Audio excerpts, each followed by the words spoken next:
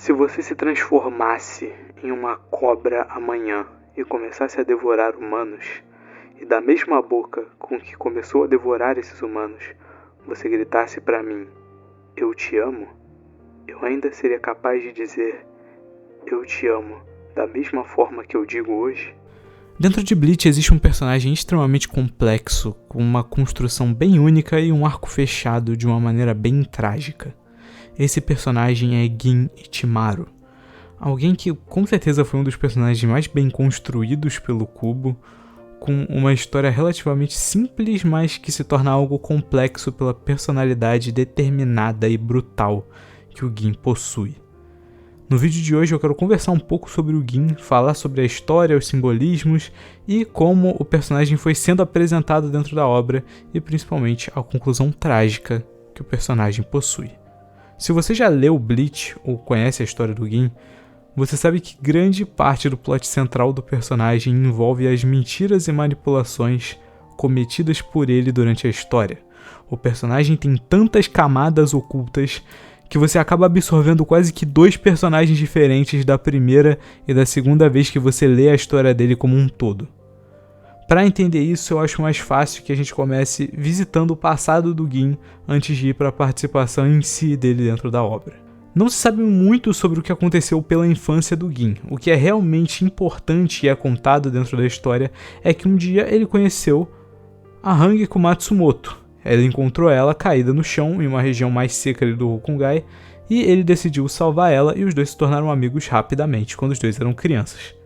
A relação entre os dois é algo muito importante para o andamento do personagem do Gin, porque ele acaba nutrindo um amor muito forte pela Hangiko e é justamente esse amor que leva ele a tomar a maioria das decisões extremamente questionáveis e difíceis que ele toma durante a obra.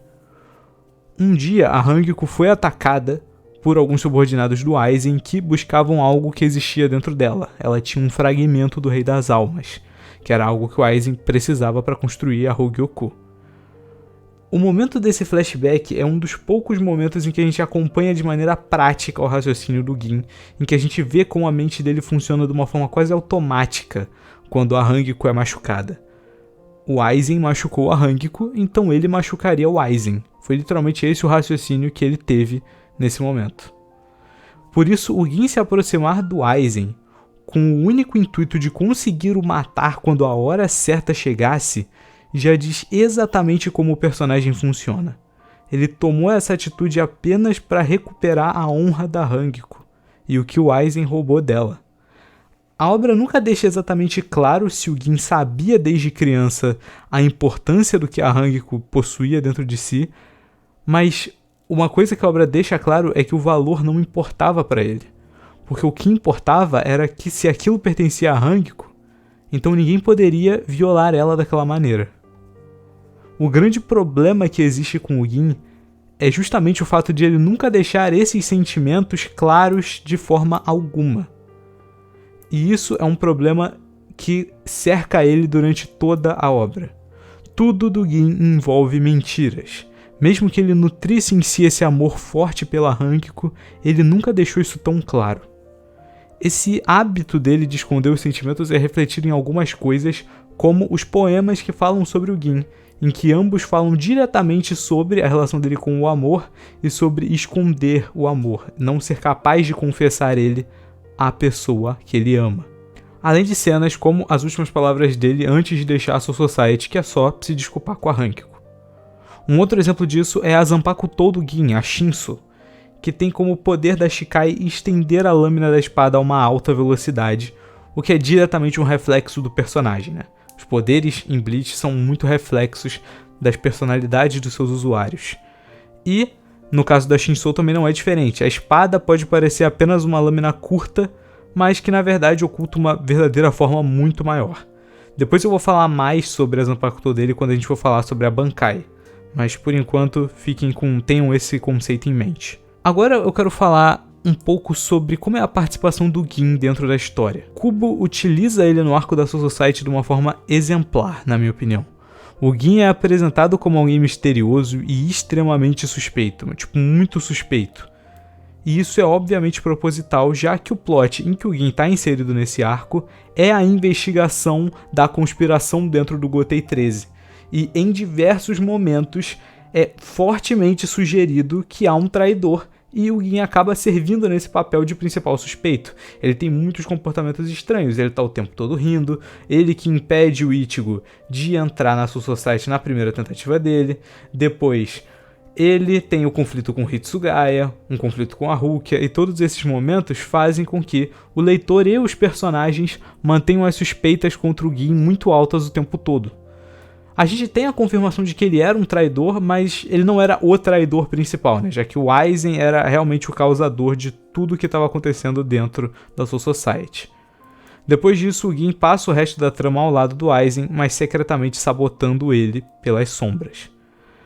Eu gosto como o Kubo deixa pistas bem sutis de que o Gin tá traindo o Aizen. Tipo, dicas que você não pegaria da primeira vez que você consome a obra, mas que se você volta lá pra ver, você percebe que aquilo sempre esteve na sua cara de certo modo e você nunca tinha percebido. Exemplos disso bem óbvios são o primeiro poema do Gin e também a cena dele mudando os quartos de Las Noches no arco do Recomundo. Ele modifica a estrutura do prédio do castelo pelos controles para garantir que o Ichigo e os outros enfrentassem somente os espadas mais fracos, para garantir que eles não caíssem por acidente na sala de espadas de números mais altos. Por isso, se você for ver, os primeiros espadas que o Ichigo e os amigos dele enfrentam no arco do Recomundo são justamente o Aronieiro e o Zael, que são os espadas de patente mais baixa, né, de número mais baixo. É só no arco da Guerra de Karakura que a gente tem a conclusão da história do Gin. Depois de uma série de acontecimentos nesse arco, o Gin luta contra o Ichigo. E eu acho que é aqui que a gente pode finalmente falar sobre a Zanpakuto do Gin, quando a gente tem a Bankai dele revelada.